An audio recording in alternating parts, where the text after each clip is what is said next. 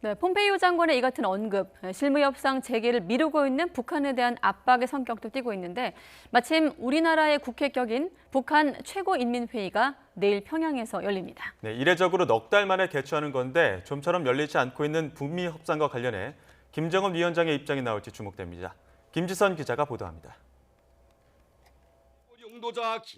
지난 4월 하노이 북미 회담 결렬 이후 한 달여 만에 열린 북한 최고인민회의. 첫 임기를 마친 김정은 국무위원장을 재추대했고 헌법을 개정해 권력 집중도 한층 강화했습니다. 연설에 나선 김 위원장은 연말을 시한으로 세 번째 북미 정상회담을 입에 올렸습니다. 하노이 조미 순회 회담과 같은 순회 회담이 재연되는 데 대하여서는 반갑지도 않고 할 의욕도 없습니다. 어쨌든 올해 말까지는 인내심을 갖고 미국의 용단을 기다려볼 것이지만 북한이 넉 달 만에 최고인민회의를 소집해 김 위원장이 다시 연단에 오를지 주목됩니다. 그간 트럼프 대통령과 판문점에서 만났지만 그 자리에서 약속한 실무회담은 좀처럼 재개되지 않는 상황.